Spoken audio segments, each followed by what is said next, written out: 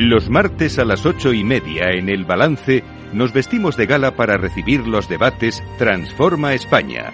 De la mano de Eduardo Serra y moderado por Federico Quevedo, todas las semanas dedicaremos un espacio a reflexionar y debatir sobre aquellos asuntos que contribuyan a transformar el futuro y hacer del nuestro un país mejor. Eduardo Serra, muy buenas noches. Buenas noches, Federico. Fíjate, yo me acuerdo que hace unos meses, no hace mucho, hablábamos aquí de una encuesta que se había publicado creo que por una universidad europea, creo que era una universidad de Cambridge, creo, no recuerdo mal, en la que hacían un estudio en toda Europa sobre la opinión que tenían los ciudadanos europeos de los políticos y de las democracias, ¿no? ¿Te acuerdas que comentábamos que había un porcentaje muy alto de ciudadanos españoles que hablaban de que querían líderes fuertes en lugar de democracias asentadas? Eso unido a que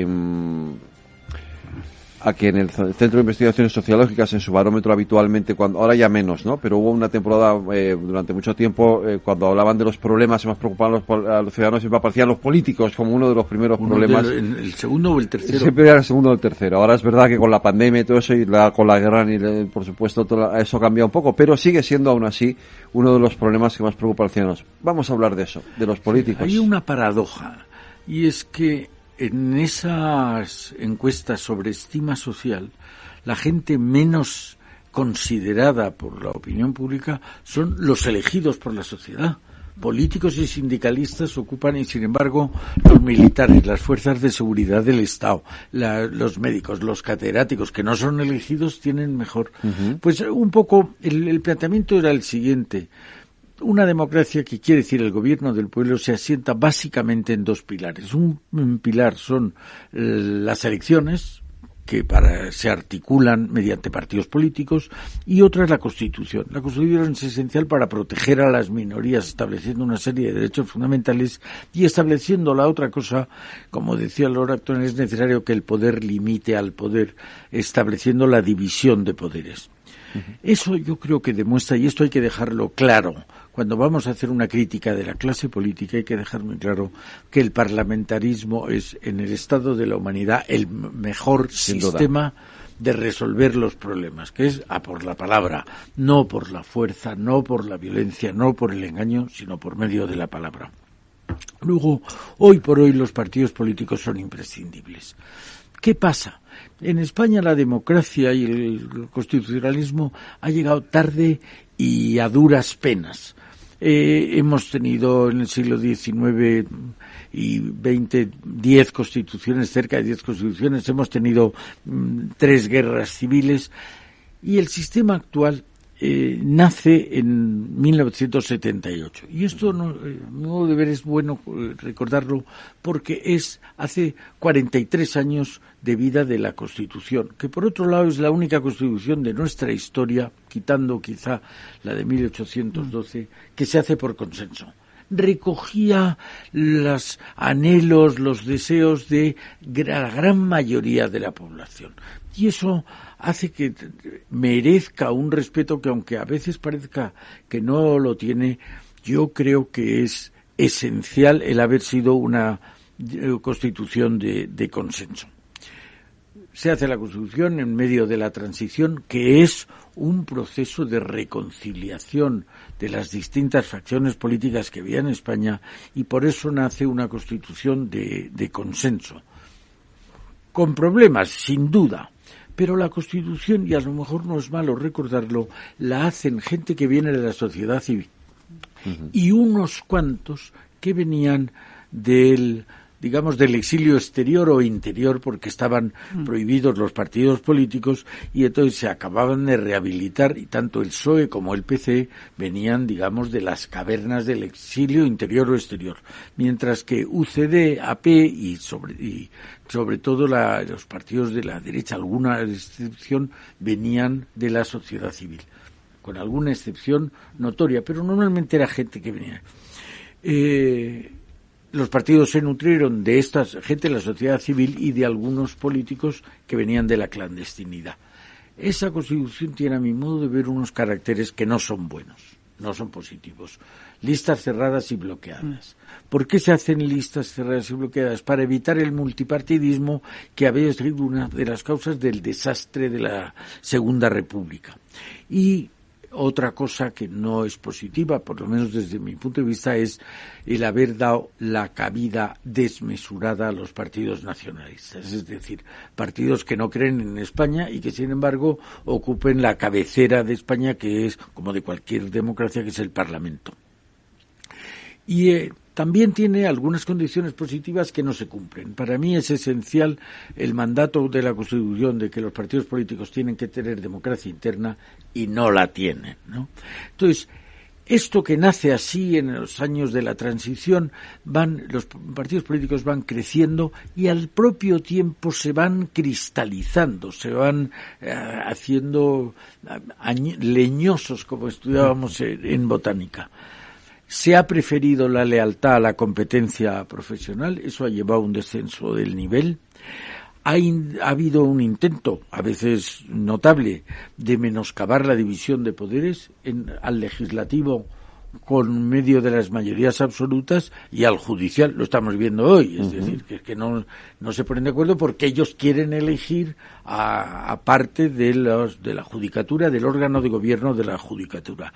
En definitiva, se consideran dueños de la cosa pública cuando la democracia te debe enseñar que son administradores, que están administrando un bien que no les pertenece, que pertenece al conjunto de la sociedad. Y en este panorama donde hemos tenido un bipartidismo imperfecto con los nacionalistas, pero el PP y el PSOE han protagonizado estos 40 años que por otro lado hemos hablado que son 40 años estupendos, hace 10, 12 años la sociedad, la opinión pública empezó a considerar que ya no recogían y nacieron partidos nuevos aledaños a la derecha y a la izquierda. Si Vox está a la derecha de la derecha, Podemos está a la izquierda de la izquierda. Esto que ha hecho que unos partidos, PSOE y PP, que se peleaban por el centro y enseñaban su cara de moderación, empezaron a ver que les quitaban votos por los extremos y empezaron a enseñar la cara de su radicalidad.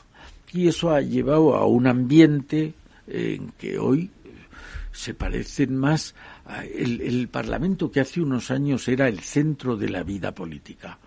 Cuando se echaba en falta que Hernández Mancha no estuviera en el Parlamento, hoy yo creo que para Feijóo es una ventaja no estar en el Parlamento, porque el espectáculo momento, sí, que se da de peleas, de clac y de hinchas como si fueran de fútbol. Yo creo que hoy hay una crítica, como hablábamos antes, a la clase política, básicamente porque no dicen lo que piensan, no dicen la verdad, sino dicen lo que creen que la gente quiere oír para que les voten.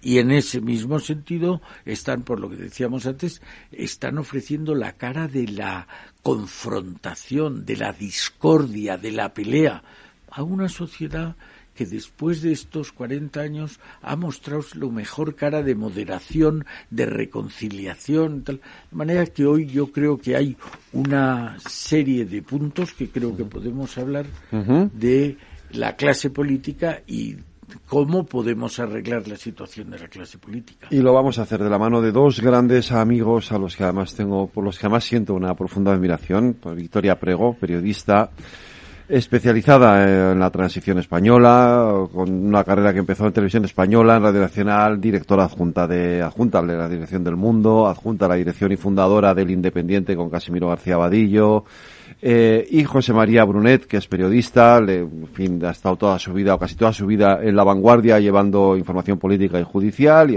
también es comentarista en Radio Nacional, en televisión, en La Serie, ahora mismo es columnista en el diario El País. Victoria, buenas noches. Muy buenas noches. Y José María, buenas noches. Hola, buenas noches, ¿qué tal? Oye, encantado de teneros a los dos, de verdad, es un placer Igualmente. Para mí enorme. Muchas gracias. Bueno, pues de este primer análisis que ha hecho Eduardo, Victoria, ¿qué opinas?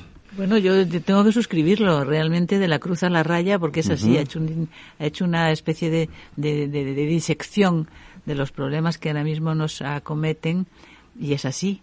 Yo creo que los partidos políticos, lo que la Constitución intentaba no solamente que no hubiera una atomización partidaria, sino que fortalecer a unos partidos políticos que estaban naciendo en ese momento. Y les ahormó de una manera que entonces yo creo que era necesaria, pero con el tiempo se han convertido en cuerpos artríticos, realmente. Y eso se nota en el comportamiento de los propios líderes. Yo lo de la democracia interna, no sé qué decirte, Eduardo, porque mira, la democracia interna se convierte, ahora son las primarias. Bueno, las primarias me parecen un horror.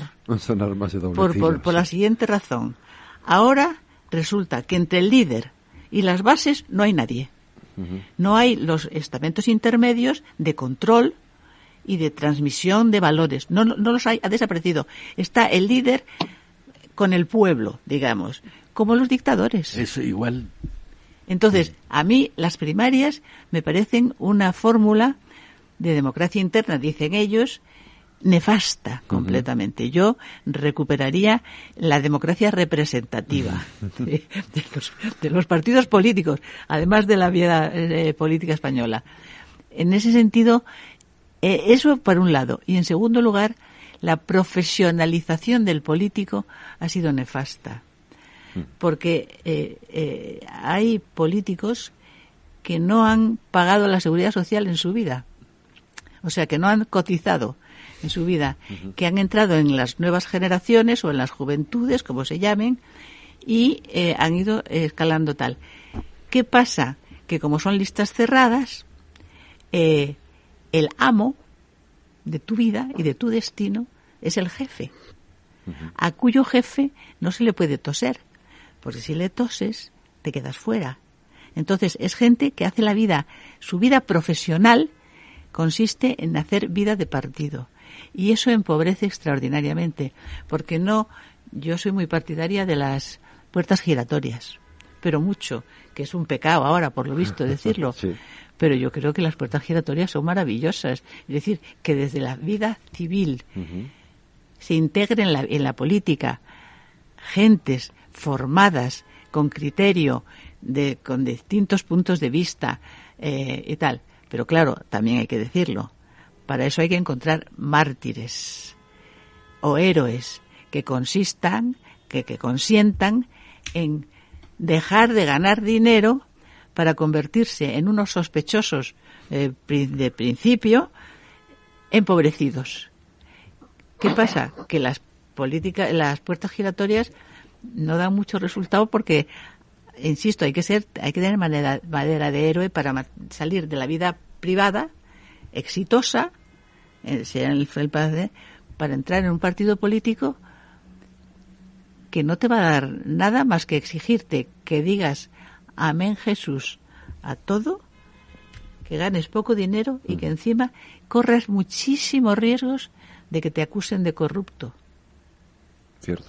Entonces, yo creo que habría que darle un poco de repaso al sistema político español, pero yo creo que esto es predicar en el desierto. José María.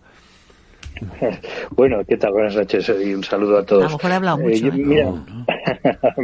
Mira, a ver, se han tocado tantos puntos que me voy a dejar cabos sueltos, pero voy a tratar algunos. En primer lugar, ¿no? Y siguiendo un poco la primera intervención de Eduardo, yo soy, en lo que puedo, como simple ciudadano y en mi labor periodística, un defensor de la Constitución del 78.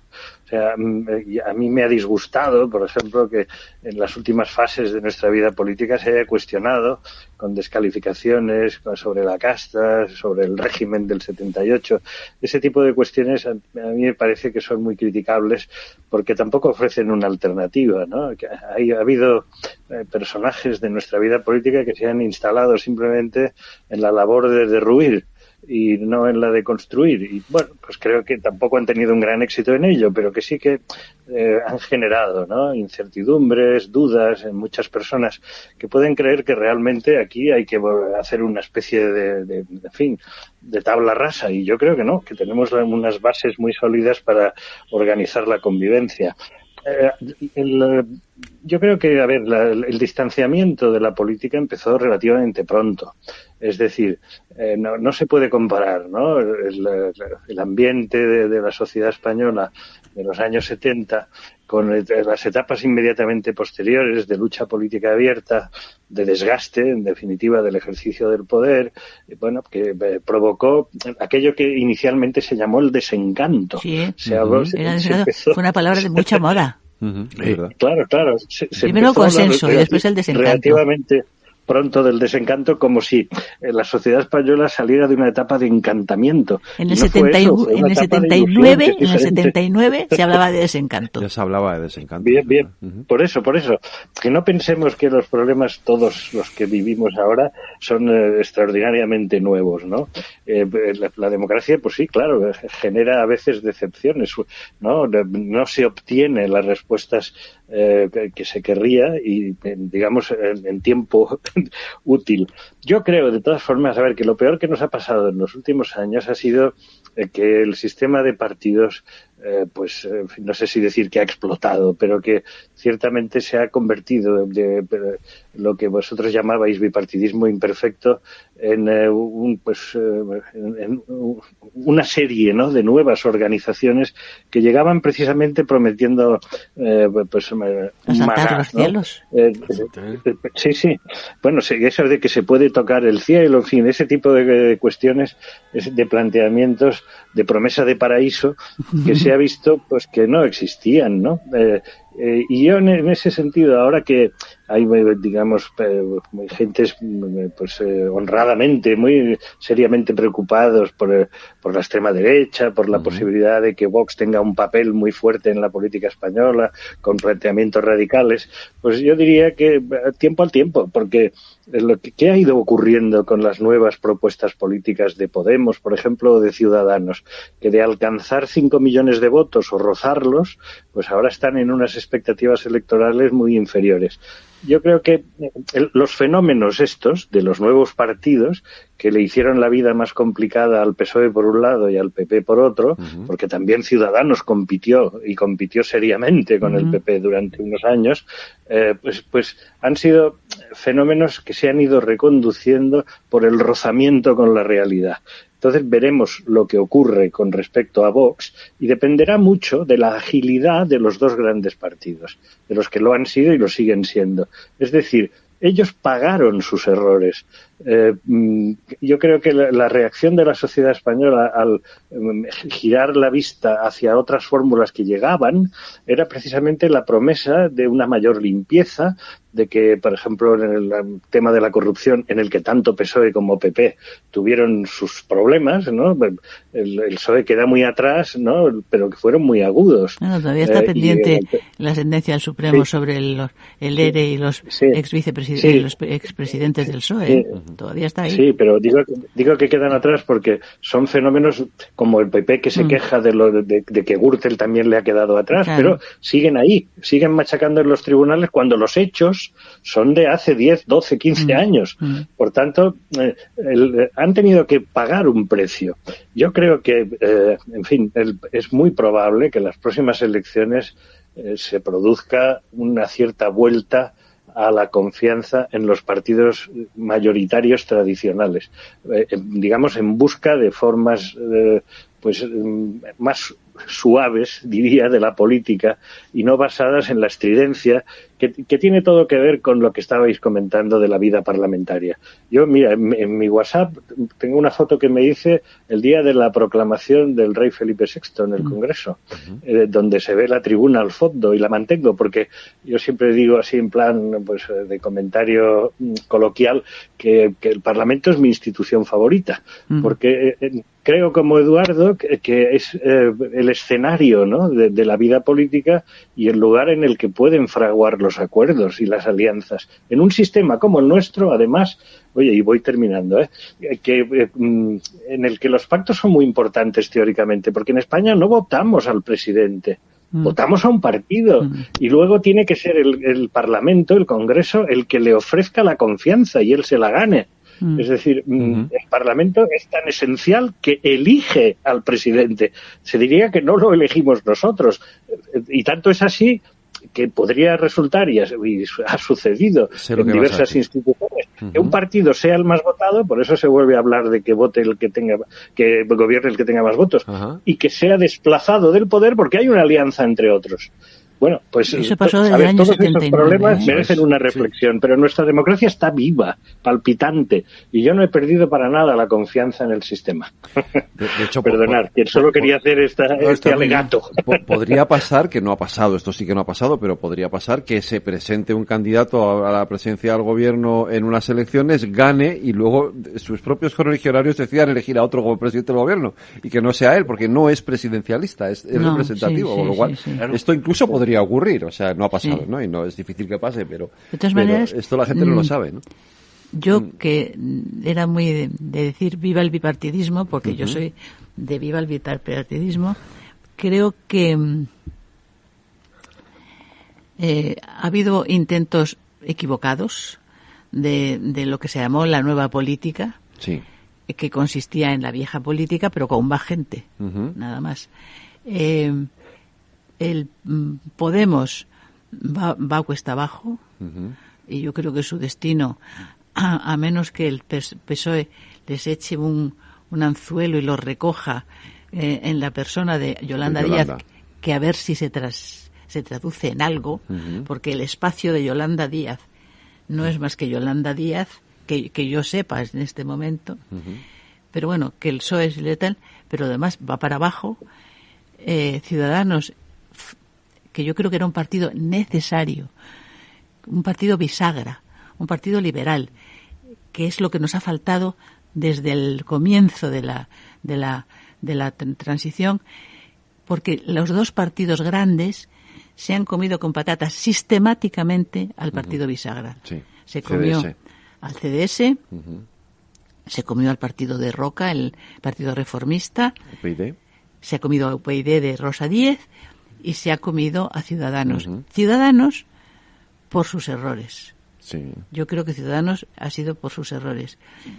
De manera que toda esa playa de pequeños partidos va camino de la muerte, o de la debilidad. Pero no tengo la misma sensación con Vox. Todavía, efectivamente. Por ahora, sí. Todavía. Yo creo que Vox en este momento es un partido. Yo he escrito un artículo diciendo Vox tiene un techo y no lo sabe, pero me equivocaba. Esto lo reconozco. El techo de Vox no lo saben porque no sabemos cuál es. No sabemos cuál es realmente el techo de Vox. Esta es la única excepción que yo veo. Y tengo que decir otra cosa. No nos olvidemos de que en Italia el Partido Socialista y la Democracia Cristiana han desaparecido y que en Francia el Partido Socialista y el centro, los republicanos han desaparecido. De manera que no nos pongamos demasiado contentos porque no sé por qué nosotros vamos a ser una excepción. Eduardo. Sí, estoy encantado oyendo a José María y a Victoria. A mí hay algunas cosas que me gustaría subrayar.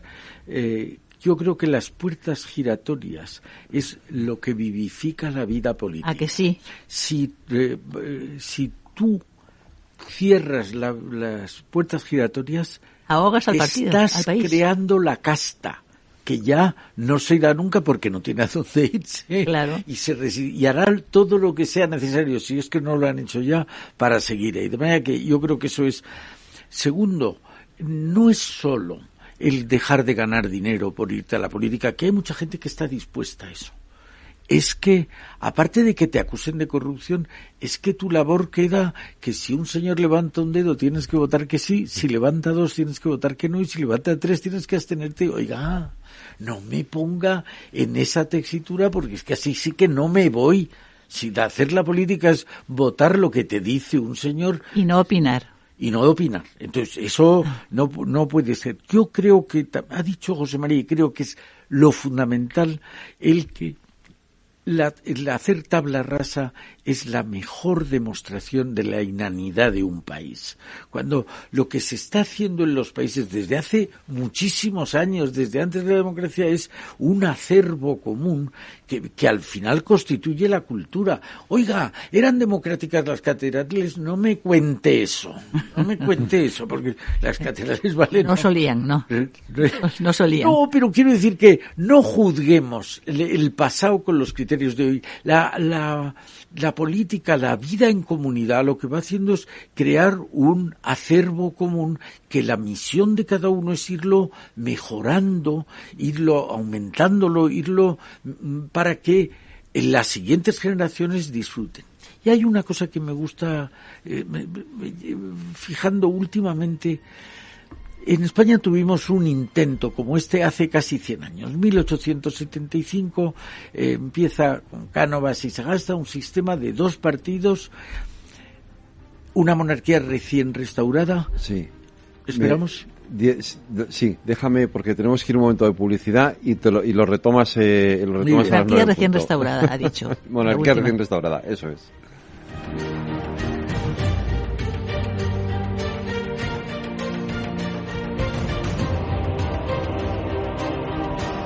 Transforma España.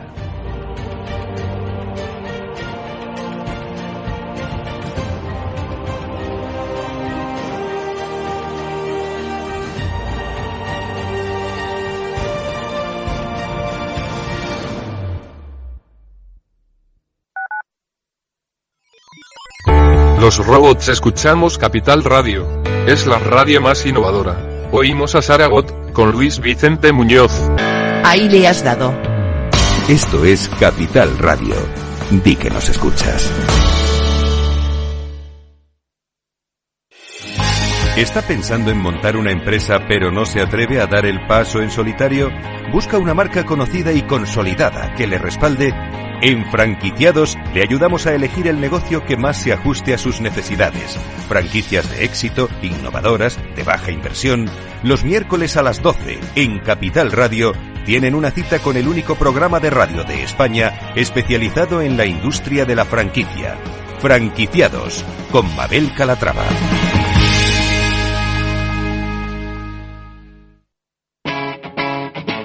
Capital Radio.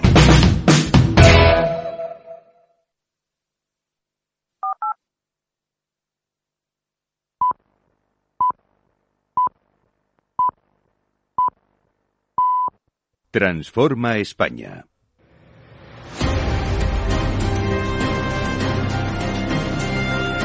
Las 9, las 8 en Canarias, seguimos en nuestro debate Transforma España de la mano de Eduardo Serra, de Victoria Prego y de José María Brunet. Eduardo, te habíamos dejado con la palabra en la boca. En la boca, sí. Estaba diciendo que en 1875 se restaura la monarquía de la persona de Alfonso XII y empieza un régimen de turno de partidos, Cánovas y Sagasta. ¿Cuándo se termina? Cuando en el año 23 Primo de Rivera da un golpe de Estado y se genera una dictadura. Ahora, ¿cuánto tiempo hace que la Constitución es del 78? Llevamos 43 años. Es decir, me da la impresión que hay un tiempo que, digamos, que la restauración democrática en el 19 y ahora hay que tener mucho cuidado de que no se termine con el paso de una generación larga, una generación, todavía esta gente que hizo la transición, que protagonizó la transición. Hay que dejar el paso a las generaciones siguientes que acomodarán, no romperán, acomodarán la Constitución. Por ejemplo, esto que estábamos hablando de la democracia interna de los partidos, o el orden de sucesión a la jefatura del Estado. Hay que ir acomodando a los tiempos. Acomodar es lo contrario a destruir. Entonces, yo creo que estamos en un tiempo donde deberíamos darnos cuenta que hay unos derechos de las nuevas generaciones y en la medida en que se los reconozcamos, ellos nos reconocerán los nuestros. Un solo ejemplo. Hemos aumentado las pensiones, mucho las pensiones. Y más que la vamos a aumentar ahora. Sí. ¿Y qué va a pasar? ¿Quién paga las pensiones? ¿Los jóvenes trabajadores? Es que estamos llegando a una situación donde un trabajador cotizante más del 30 o del 40% de su sueldo va a tener que ir a pagar a un pensionista, pero ¿dónde estamos? Sobre todo porque como no nacen niños, Claro. cada vez la población activa es más pequeña y cada vez nosotros nos morimos más tarde. La esperanza de vida es mayor, evidentemente, Claro. ¿no? Mucho mayor. Entonces, esto no aguanta así en esos términos que me está planteado ahora mismo.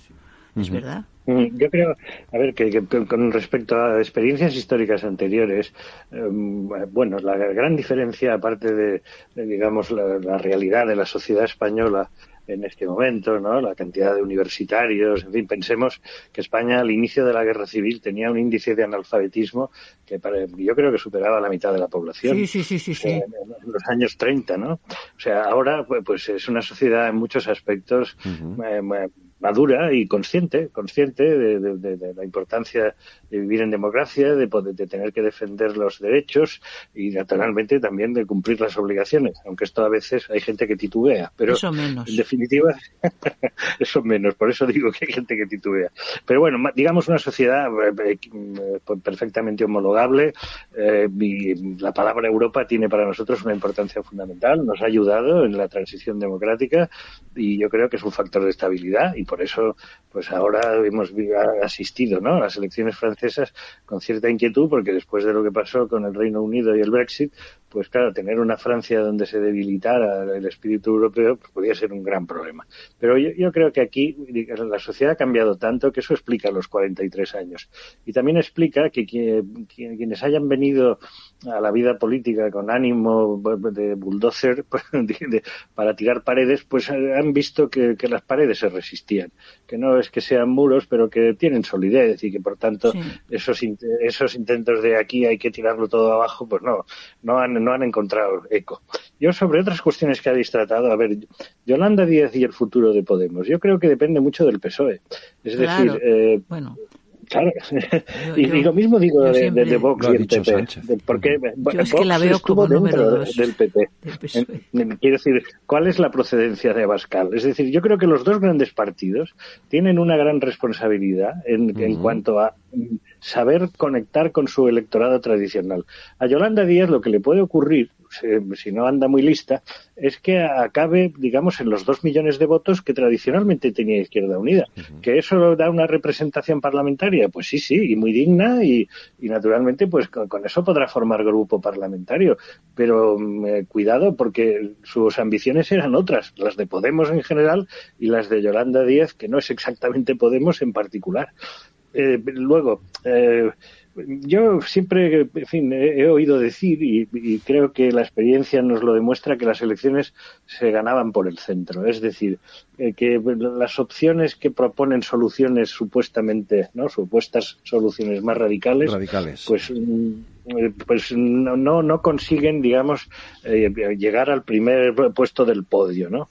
Y en cuanto a la cuestión de la libertad y las puertas giratorias, en fin, toda esa amalgama de problemas, es difícil, pero hay que combinar las cosas. Es decir, los diputados, claro que pueden tener a veces, ¿no?, cierta frustración, así me lo han expresado más de una vez. Claro, según ven al portavoz levantar los dedos, 1, 2 y 3, pues ya, en fin, saben que ahí hay una orden para votar esto o aquello. Pero también es verdad que existe la posibilidad en los grupos parlamentarios y en las organizaciones de manifestarse dentro.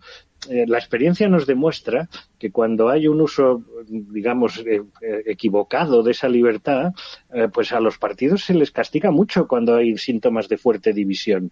Por tanto, es un equilibrio difícil. Y en cuanto a la ida y vuelta a la política, a ver, lo importante es que haya personas en el ámbito político con una buena formación y, como decía Rajoy, pues con experiencia, con trayectoria, con lo que los romanos llamaban cursus honorum, ¿no? Hay que ser concejal antes de ser ministro, si puede ser. Conviene tener alguna experiencia de gestión que no sea la de llegar, digamos, a la máxima responsabilidad como primer estadio, ¿no? Y otra cuestión, y termino porque ya veis que aprovecho para ir colando píldoras sobre temas concretos, pero en cuanto a la representatividad del sistema, yo por mi origen comprenderéis que tenga especial sensibilidad hacia los partidos nacionalistas que han contribuido, yo creo, también a la construcción de la democracia moderna española y que, bueno, que ha habido una deriva en los últimos años que plantea una problemática especial. Evidentemente, no es lo mismo Convergencia que hoy en día lo que es el PDeCAT o Esquerra. Pero ciertamente la representación territorial tendrá que estar siempre. En territorios como el País Vasco y Cataluña sobre todo, pero no solo.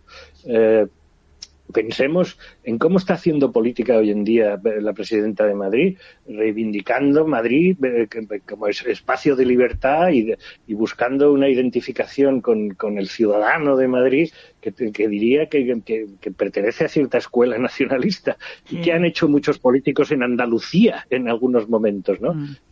Naturalmente sin proponer referéndums ni secesiones, pero sí buscando una identificación con el territorio muy intensa. Y ese componente estará siempre. Mira, hay una biografía que yo leí con mucho interés y con mucho agrado, Gregorio Marañón, sobre una de las figuras históricas que a mí siempre me han interesado más, que me han fascinado más, que es la del conde duque de Olivares.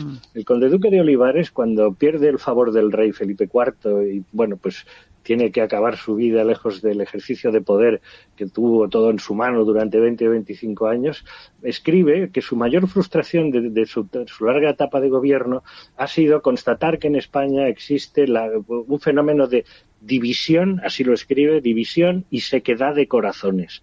Bueno, sin llevarlo a esos extremos, pero el España nos roba, que se decía en Cataluña hace pocos años, todos esos fenómenos habrá que lidiar siempre con ellos. Y no es una desventaja para el sistema que haya representación parlamentaria de los territorios. Lo que hay que hacer es, claro, lidiar con los problemas y tratar de buscarles soluciones adecuadas en cada momento. Victoria. El problema es el uso que se hace de esa representación. Claro. Y también no tenemos que olvidarnos, yo creo que la conciencia de la propia identidad, que no me gusta mucho eso, pero en fin, es respetable, se ha exacerbado de una manera tal en los últimos años de la vida política española que se ha convertido en una locura, porque de lo que ha sido una conciencia de la propia identidad que ha borrado la conciencia de la identidad nacional, o sea, de la identidad española, que es una nación que tiene muchos siglos de historia, y ahora resulta que parece que tú eres de Cartagena. Digo lo de Cartagena con intención, es decir, que 2 pasos más allá y estamos en la Primera República Española, Es decir, cuidado con eso. Yo estoy de acuerdo que los partidos nacionalistas deben de tener representación, pero la Constitución, la ley electoral, se pensó partiendo de la base de que existía una cosa que se llamaba la lealtad constitucional y que los partidos nacionalistas colaborarían, como dijeron cuando se elaboró la Constitución, a la construcción de una mejor España. Y nos hemos encontrado con la sorpresa de que no ha sido así, porque Pujol era una persona muy moderada en sus planteamientos, pero tenía un objetivo que no dijo, porque si lo hubiera dicho las cosas hubieran sido de otra manera, que consistía en llevar al país a la independencia. Esto es así, y nos lo dijo Tarradellas. Tarradellas lo advirtió N veces. No le hicimos caso. Por cierto, Tarradellas, que con muy mala intención, esto es una anécdota, decía que lo importante para ser buen político era ser alto. Eso era para fastidiar a Pujol. Se ha demostrado que no, porque ha habido bajitos que han mandado. Claro, sí, los bajitos mandan muchísimo. Pero bueno, Adolfo Suárez era bajito.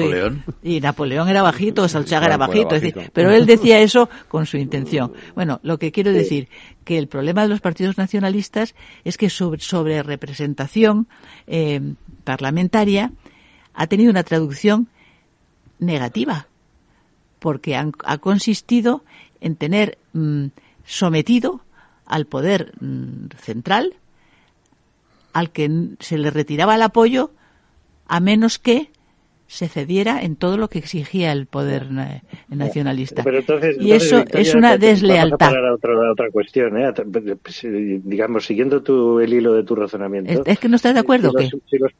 No, espérate, te lo puedo matizar. Matiza. A ver, yo creo que los partidos nacionalistas, pues se habló muchas veces de chantaje, ¿no? Pero claro, PP y PSOE pasaron por esa experiencia. Claro, y luego tuvieron que ponerse de acuerdo para un 155.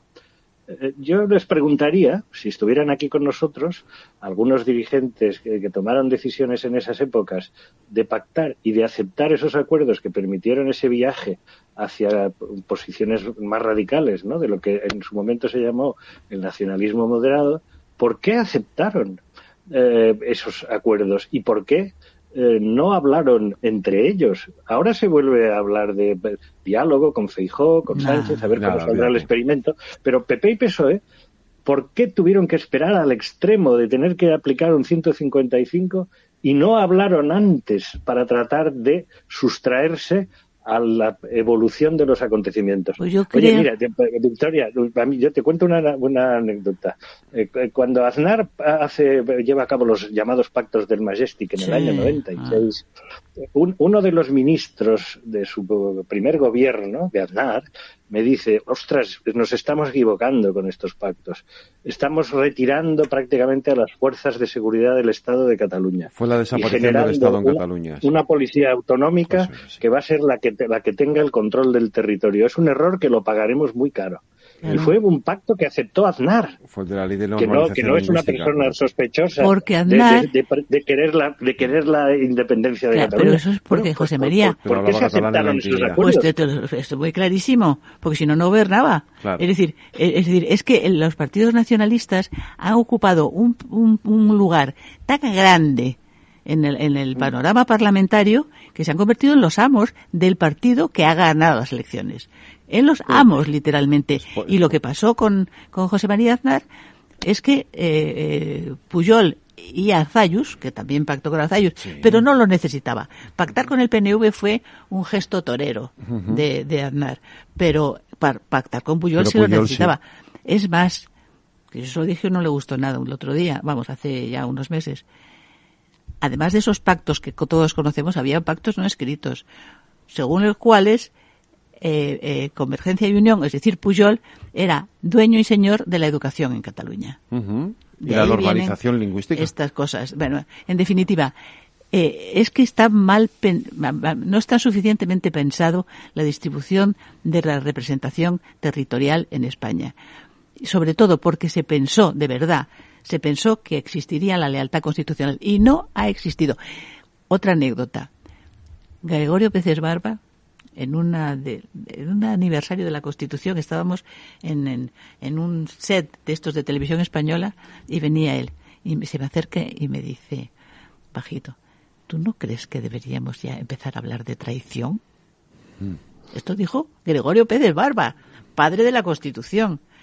Y yo no dije nada y dije, bueno, yo aquí no me pronuncio porque no viene a cuenta. Es decir, que sin ser esto, sin llegar a tanto, creo que ha habido un principio de deslealtad y estamos atrapados, porque la reforma de la ley electoral yo la encuentro muy difícil. Bueno, con esta distribución parlamentaria que hay ahora, ya nos podemos olvidar. No, a no ser que pactaran el Partido Popular y el Partido Socialista, es la única opción. Pero no tiene pinta. Eso es lo que yo planteaba, queridos Federico y Victoria.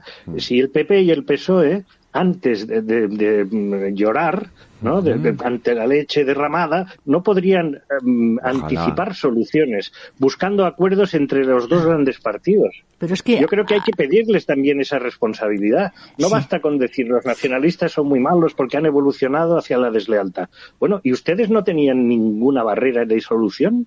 ¿No podían hacer nada? Lo que tienen, en mi opinión, es una falta de educación democrática. O sea, que eso de pensar que España es un país maduro democráticamente no es verdad. Es un país que tiene mucho que aprender democráticamente. Y los partidos políticos grandes se han considerado adversarios adversarios irreconciliables, lo cual es un error habida cuenta de la distribución territorial del Parlamento. Por lo tanto, yo creo que Partido Socialista, y tienes toda la razón, y Partido Popular deberían haber aprendido hace mucho tiempo que deberían ser aliados en las cuestiones de Estado. Pero eso no solamente no lo han aprendido, sino lo que lo han desaprendido. Y consideran que los pactos significan, ¿cómo diría yo? Sometimiento. Y así estamos, que no hay acuerdos. Vamos, lo último es el proyecto el decreto que va a durar 2 meses del jueves de medidas económicas para hacer frente a la crisis de la guerra, y el proyecto planteado por Feijóo, que no le van a hacer ni caso. Ni caso, o sea, no, y que, es decir, efectivamente los partidos grandes en España les falta educación democrática, nos falta siglos. Luego el viejo aspiración de reforma de la Constitución para cambiar la ley electoral, para imponer las listas abiertas, que es una cosa que tú comentabas, Eduardo, al principio, y creo que es uno de los grandes errores de la Constitución fue no bloquear las listas, cerrarlas. Pues la intención era buena. Claro, la intención era buena, sí, pero ya no sirve. Pero probablemente hay que ir a eso que estabais hablando ahora, y yo creo que es la base. Es decir, los realmente culpables de, digamos, el desaguisado nacionalista son los grandes partidos nacionales, son los responsables, porque fueron absolutamente incapaces de ponerse de acuerdo en algunas cuestiones. Si hubieran puesto de acuerdo en algunas cuestiones, no hubieran necesitado la ayuda de los partidos nacionalistas y no estaríamos donde estamos. Acuérdate de la LOAPA, Sí. Que el Constitucional se la tumbó. Cierto. Porque se habían puesto de acuerdo para armonizar la Ley Orgánica de Armonización de los Procesos Autonómicos. Y el Constitucional también se la tumbó, porque también nos falta, en este sentido... Bueno, nos falta ese pozo. Yo, sin embargo, creo que lo que has dicho, José María, de Madrid, yo creo que Madrid lo que está representando ahora no es un deseo de exclusividad, sino un deseo de poner en toda España un modelo alternativo al que está vigente con el gobierno de la nación. Es decir, me parece que no tiene nada que ver, no es ningún deseo nacionalista el que puede tener hoy el gobierno autonómico de Madrid, sino de regular toda España de otra manera, y ellos se erigen como ese modelo alternativo. ¿Pero no se parece un poco? Yo creo que no tiene nada que ver con el secesionismo, pero Eduardo, vuelto nacionalistas. Las reacciones de las instituciones madrileñas cuando se habla de armonización fiscal, por ejemplo. Hombre, es que nos quieren subir los impuestos. Intocable. Hombre, José María, que nos quieren subir los impuestos y eso no le gusta a nadie. Yo no creo que sea armonización, lo que no quieren es que te suban los como impuestos. Egoísmo territorial. ¿Cómo dices, perdona? Digo, que ese tipo de reacción, de defensa de las propias competencias... Que no, está en esa esfera, de defensa del dinero. José María. No, y de las propias competencias que se pagan con dinero. Si eso lo hace un gobierno de una comunidad autónoma, en cuyo ejecutivo tenga presencia un partido de fuerte arraigo territorial, nacionalista, lo identificamos con insolidaridad. Y en cambio, cuando lo hace lo podría hacer Andalucía, lo ha hecho en alguna fase, o ahora Madrid, pues lo vemos simplemente como defensa. No, es que proponen otro modelo. Oigo, cuidado, que lo territorial arraigado en España, o sea, ahora ya el Estado autonómico, Vox dice que se lo cargaría, pues es que es indestructible. Pero luego no les importa entrar en un gobierno. Pretendan cargárselo, se van a dar contra la realidad. La norma que ha aprobado en la Comunidad de Madrid para, dicen ellos, inocentes, blindar la autonomía fiscal, no sirve para nada. No sirve para nada. Es un papel mojado. Esto es como cantarle a la luna. Es decir, no tiene ningún fundamento tal. Lo que sí creo es que el enfrentamiento que ha habido entre la presidenta de la Comunidad de Madrid y el Gobierno central, incluido aquel espectáculo de las banderas en la Comunidad de Madrid, que fue grotesco verdaderamente, ha fomentado una cosa que no existía en Madrid, que es la conciencia del madrileño. Esto no existía. Y si me equivoco mucho, dejará de existir si dejan de tener esa tensión enfrentada. Quedará, como ha habido siempre, un casticismo que no pasa de ser folclore. Nada, que no existe, o sea, que no. Los de Madrid tenemos la ventaja de que no sabemos de dónde somos. Pero eso sabemos de dónde nos da la gana, como los de Bilbao. Citaba Gregorio Marañón y esta biografía del Conde Duque, y él aprovechaba el episodio, ¿no?, de las memorias del propio Conde Duque para hacer alguna reflexión propia, él, el autor, y decía, sí, en realidad el particularismo en España tiene una raíz tan profunda que cuando los españoles viajamos al extranjero, decía, nadie funda, o es difícil que funde una casa de España. Lo que se funda en las capitales europeas es la Casa de Asturias, la Casa de La Rioja, la Casa de Andalucía. Es decir, la gente se reúne en esos términos. Por eso os decía antes que no podemos desconocerlo. Lo que tenemos es que tratarlo con una responsabilidad que yo creo, y ese es uno de los problemas que han tenido, y es una de las razones por las que aparece Vox, que PP y PSOE no han sabido sostener en sus manos. Y tuvieron que llegar al extremo de tener que suspender una autonomía por primera vez, aplicar un 155. Bueno, pero eso no era por eso, ¿eh? Aquello se tuvo que afrontar antes, no se afrontó, Victoria. No se afrontó, pero lo que José María. un intento de golpe de Estado, desde dentro del Estado, eso es otra cosa. O sea, el 155 no es por incompetencia de los partidos, sino por mala intención de los independentistas catalanes. Pero tú recordarás que antes del referéndum convocado en 2017 se convoca una consulta en 2014. Sí, que dijo Artur Mas que era inocente, que no tenía virtualidad y que él se iba a despegar. Pero llegó el momento y engañó al gobierno y al final te dijo, el responsable soy yo. Y esto tiene virtualidad. O sea que aquí ha habido, bueno, ya entramos en lo de siempre. Sí, pero ha habido juegos judiciales. Tengo que decirle adiós a José María, que tiene, otro... lamentablemente tengo que irme por un compromiso previo. Estaría encantado de seguir cuando queráis, pero ahora no puedo. Un abrazo muy fuerte, un abrazo fuerte a los tres. Un abrazo, José María. Muchas gracias. Yo creo que podemos hacer otro, porque hoy no nos va a dar tiempo de hablar de las soluciones, de cómo solventar la situación actual con los males que vemos, y eso lo podemos hacer. Sí, hacemos uno, por supuesto. A mí sí en esto que comentaba José María, y comentabais los dos sobre el tema de Vox, por ejemplo, la presencia de Vox, ¿no? Al Partido Popular le falta armar un discurso. Es decir, hemos visto en las elecciones de Francia cómo ha crecido la ultraderecha y cómo estos partidos recogen un clima de descontento social tan brutal, porque es impensable que haya 13 millones de extremistas en Francia o 5 millones de extremistas en España. Claro, ese es el tema. ¿Por qué los partidos tradicionales no dan respuesta, o por lo menos la gente tiene la sensación de que no dan respuesta a sus problemas y se echan en brazos de los extremos? Pues sí, yo creo que eso es verdad. Yo creo que el Partido Socialista tiene su propia clientela, pero ahora mismo en Andalucía Vox está recogiendo voto de las zonas rurales del Partido Socialista. Es ahí, esa es la clave. Sí. Y en Francia muchos de los votos del voto obrero vienen de voto obrero, y por tanto de voto tradicionalmente de la izquierda. Es voto obrero, el voto de Le Pen es voto obrero, y el voto de Vox en Madrid no. Y hay que tener cuidado voto porque rural.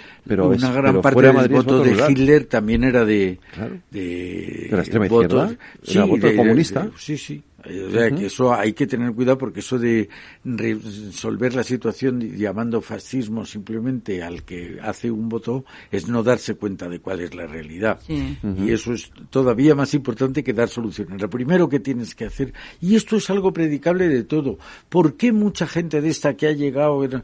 Porque quieren arreglar un problema sin conocer el problema, porque han estado aplicando soluciones de libro, soluciones teóricas, y que se dan de bruces con la realidad. Yo creo que eso es fundamental en todos los órdenes de la vida, pero más si cabe en el orden global, que es la política, ¿no? El otro día leía yo, no sé dónde, porque yo tengo muy mala memoria, una cosa que decía: una vez que hemos vuelto a hacer la Reconquista y hemos vuelto a expulsar a los moriscos, nos tenemos que poner ahora con el precio de la remolacha.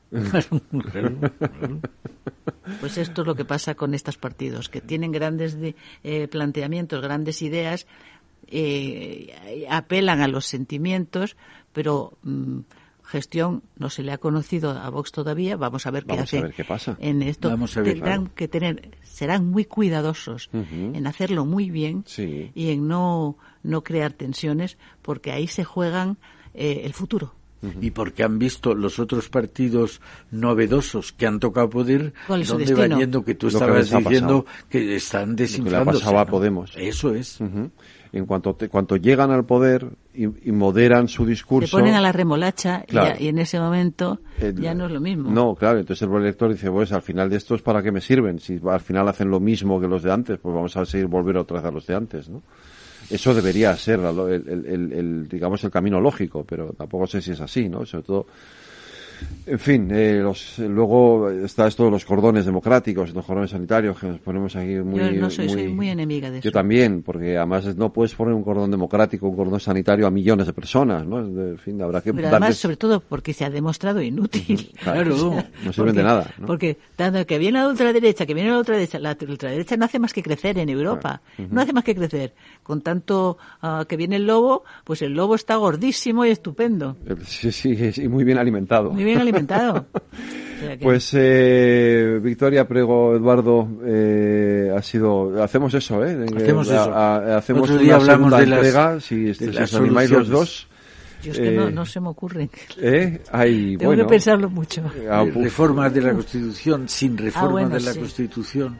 Lo que ha dicho, que se ha ido José María, pero del cursus honorum de los romanos, eso lo tienen ahora los militares. En los militares es imposible que uno llegue a general sin pasar por coronel o por capitán o por teniente. Claro. Sin embargo, hemos visto empresas fundamentalísimas en este presididas país por incompetentes, por un señor que venía de ser cabo primera y de repente le hacías capitán general. Esto lo estamos viendo ahora también, claro, el gobierno de España. Claro. Esto y eso es, ¿no? Pero por eso digo, si hacemos una labor acumulativa vamos aprendiendo de la experiencia. Si no ponemos muros, sino que somos flexibles, los que vengan no querrán derrumbar los muros, sino que se darán cuenta de que merece la pena conservar gran parte de lo que hay. Hay un estudio que se ha hecho hace no mucho en el Parlamento que decía que los partidos coincidían, hablo de PP, PSOE, en un 80%. Claro. Y en el 20% que discrepaban, y parecía la imagen que proyectaron las sociedades que discrepan en todo. Absolutamente en todo, eso es verdad. En fin, tenemos material para una segunda entrega, para un segundo debate. Muchísimas gracias por habernos acompañado. A ti, Federico.